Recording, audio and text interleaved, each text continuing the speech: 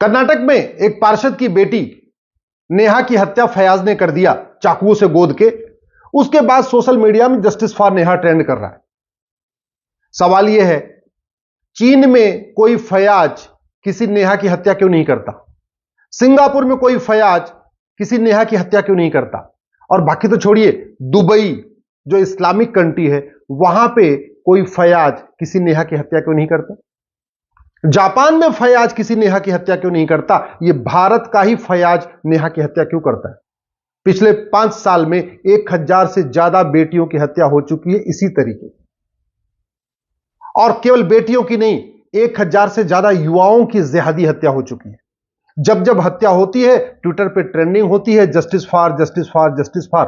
Facebook पे photo share होता है, वीडियो शेयर कर दिया जाता है, यह सब कुछ कर दिया जाता है।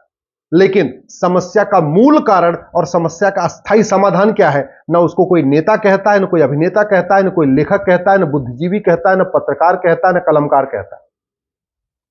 कई बार तो ऐसा होता है जब जैसे जिहादी हत्याएं होती है, टीवी पे डिबेट भी होती है, लेकिन न तो कोई एंकर पूछता इस समस्या का मूल कारण क्या है, और ना कोई वहां पे जो आते हैं पैनलिस्ट वो बताते हैं कि समस्या का स्थायी समाधान क्या है। जैसे नेहा की हत्या हुई है, ऐसे राजू की हत्या हुई थी, कृष्णा की हत्या हुई थी, शिवम की हत्या हुई थी, बादल की हत्या हुई थी, नीलेश की हत्या हुई थी, लखनऊ में कमलेश तिवारी की हत्या हुई थी, गंगाराम की हत्या हुई थी, डॉक्टर नारंग को बांग्लादेशियों ने दिल्ली में पीट पीट के मार दिया था, दिल्ली में रतनलाल की इसी तरीके से हत्या हुई थी चाकुओं से गोद गोद के, अभिजीत की भी चाकुओं से गोद गोद की हत्या हुई, रामलिंगम की हत्या हुई थी, रिंकू शर्मा की हुई थी, ध्रुव त्यागी की हुई थी, चंदन गुप्ता की हुई थी, बंधु प्रकाश की हुई थी, रचित जाट की हुई थी, प्रियंका रेड्डी की हुई थी, अंकिता शर्मा की हुई थी, दिलवर नेगी की हुई थी। दिलवर नेगी को तो जिंदा जला दिया था दिल्ली में। हिना तलरेजा की हत्या हुई थी, ट्विंकल शर्मा की हुई थी, किशन भरवाड़ की हत्या हुई थी, अंकित सक्सेना का गला काट के मार दिया था दिल्ली में, कमलेश तिवारी की हत्या हुई थी लखनऊ में, निकिता राजपूत की हत्या हुई थी, राजस्थान में कन्हैया लाल की हत्या हुई थी, उमेश कोल्हे की हत्या हुई थी, अब ये कर्नाटक में नेहा की हत्या हुई है फयाज की। और जब जब हत्या होती है 5-6 चीजें जरूर होती है। सब लोग कहते हैं फांसी दो फांसी दो फांसी दो, फिर सब लोग फिर ट्विटर पे ट्रेंडिंग कर देंगे जस्टिस फॉर ये, जस्टिस फॉर वो, justice for Neha, justice for Ankita, justice for Kamlesh, ऐसे ट्विटर ट्रेंडिंग भी हो जाएगी, सब कुछ हो जाएगा। कुछ लोग क्या होगा, इकट्ठा हो जाएंगे, जुलूस भी निकालेंगे, उसके बाद पुलिस थाने का घेराव भी करेंगे, एफआईआर भी दर्ज हो जाएगा, पूछताछ भी शुरू हो जाएगी। लेकिन कभी ये नहीं सोचते कि इतनी हत्याएं हो गई, आज तक किसी को फांसी हुई क्या?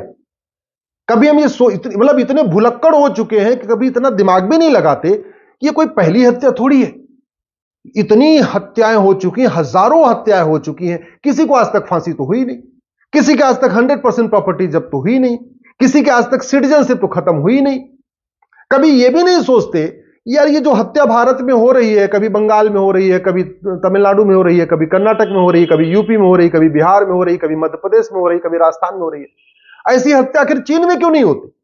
ऐसी जिहादी हत्या सिंगापुर में क्यों नहीं होती? ऐसी जिहादी हत्या दुबई में, अरब में क्यों नहीं होती? ऐसी हत्या आखिर जापान में क्यों नहीं होती? कोरिया में क्यों नहीं होती? ये भारत में क्यों हो रही है? मैं बार बार कहता हूं, सठे साठ्यम समाचरेत ये सिद्धांत भारत का है।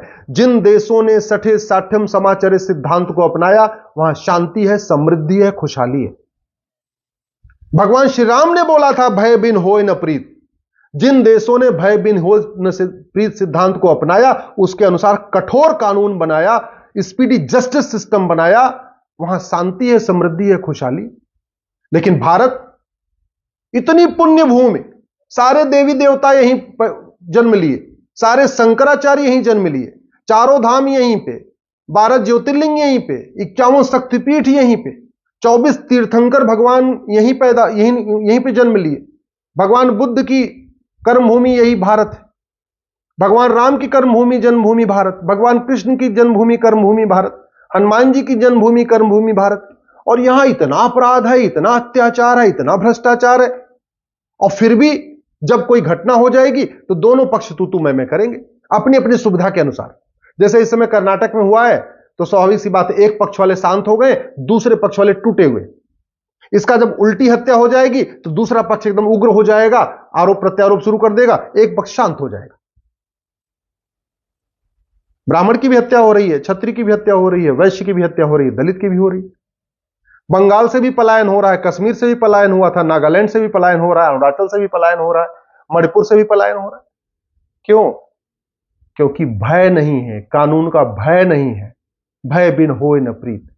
और जब जब कोई हत्या होगी तो सब ट्विटर पे उबल जाएंगे, जस्टिस फॉर जस्टिस फॉर, लेकिन कभी ये नहीं कहेंगे पुलिस रिफॉर्म के लिए, कभी ट्विटर ट्रेंडिंग नहीं करेंगे, जुडिशियल रिफॉर्म के लिए ट्विटर ट्रेंडिंग नहीं करेंगे, पुलिस चार्टर लागू करने के लिए ट्विटर ट्रेंडिंग नहीं करेंगे, कानूनों को बदलने के लिए ट्विटर ट्रेंडिंग नहीं करेंगे, एडमिनिस्ट्रेटिव रिफॉर्म के लिए ट्विटर ट्रेंडिंग नहीं करेंगे, समान शिक्षा लागू करने के लिए ट्विटर पर ट्रेंडिंग नहीं करेंगे, समान नागरिक संहिता के लिए ट्विटर पर ट्रेंडिंग नहीं करेंगे, घुसपैठ नियंत्रण कानून के लिए ट्विटर पर ट्रेंडिंग नहीं करेंगे, धर्मांतरण नियंत्रण कानून के लिए ट्विटर पर ट्रेंडिंग नहीं करेंगे, जनसंख्या विस्फोट रोकने के लिए कानून बनाने पर ट्विटर पर ट्रेंडिंग नहीं करेंगे, मदरसा खत्म करके, मिशनरी स्कूल खत्म करके भारतीय एक one nation one education code बनाया जाए, उसके लिए ट्विटर पर ट्रेंडिंग नहीं करेंगे। जस्टिस विद इन ईयर लागू किया जाए कि 1 घंटे के अंदर एफआईआर हो, 1 महीने के अंदर जांच पूरी हो और 1 साल के अंदर फैसला हो, इसके लिए ट्विटर पर ट्रेंडिंग नहीं करेंगे। अपराधियों की 100% प्रॉपर्टी जब्त किया जाए, नागरिकता खत्म किया जाए और इनको आजीवन कारावास फांसी दिया जाए, ऐसा कठोर कानून बनना चाहिए, उसके लिए भी ट्रेंडिंग नहीं करेंगे। बस दुर्घटना हो जाएगी तो जो दुर्घटना हो जाएगी उसकी फोटो उठा उठा के ट्रेंडिंग करते रहेंगे। कितनी ट्रेंडिंग कर चुके हैं। कमलेश तिवारी की फोटो खूब शेयर किया था। हो गई क्या? हत्यारों को फांसी हुई, उनकी प्रॉपर्टी जब्त हुई, उनकी नागरिकता खत्म हुई क्या? यहीं दिल्ली में कितनी हुई? डॉक्टर नारंग की हुई थी, उसके बाद दिलवर नेगी की हुई थी। दिल्ली दंगों में कितने लोग मारे गए थे? किसी के आजीवन कारावास फांसी हुआ, किसी हत्यारे को, किसी की प्रॉपर्टी जब्त हुई, किसी की सिटीजनशिप खत्म हुई। बाकी तो छोड़ दो, 1984 में जिन्होंने सिखों का नरसंहार किया था, उसमें किसी एक को बताओ जिसकी 100% प्रॉपर्टी जब्त हुई हो, उसकी नागरिकता खत्म हुई हो, उसको आजीवन कारावास फांसी हुआ। 1984 से 2024, ये तो 50 साल बीत चुका है। 50 साल के लगभग 40 साल हो चुके हैं, आज तक तो नहीं हुई। 1990 में कश्मीर में इतना बड़ा नरसंहार हुआ था।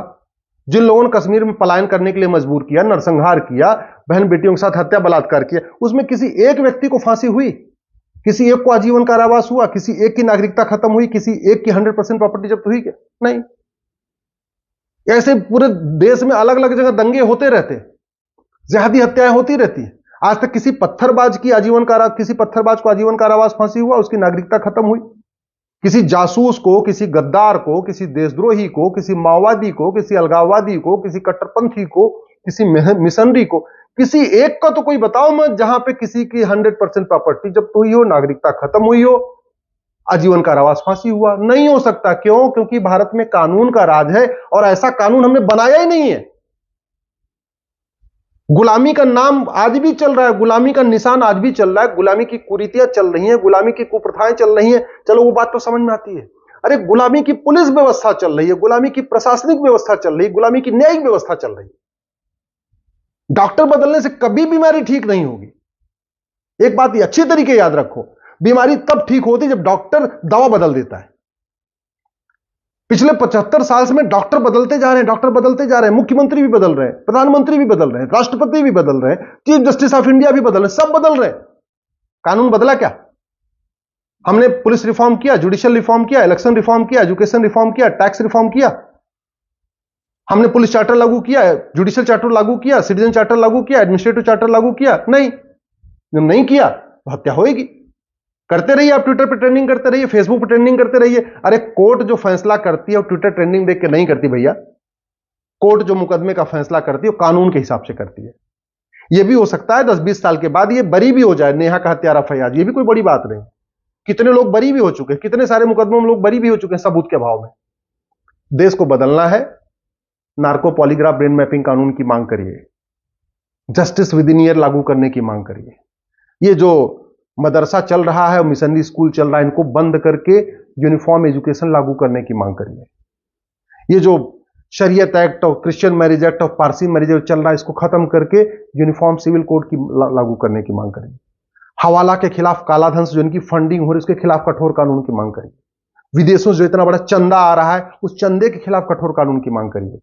कानून बदलेगा तब ये अपराध रुकेगा, तब जिहाद रुकेगा, तब धर्मांतरण रुकेगा, तब घुसपैठ रुकेगी।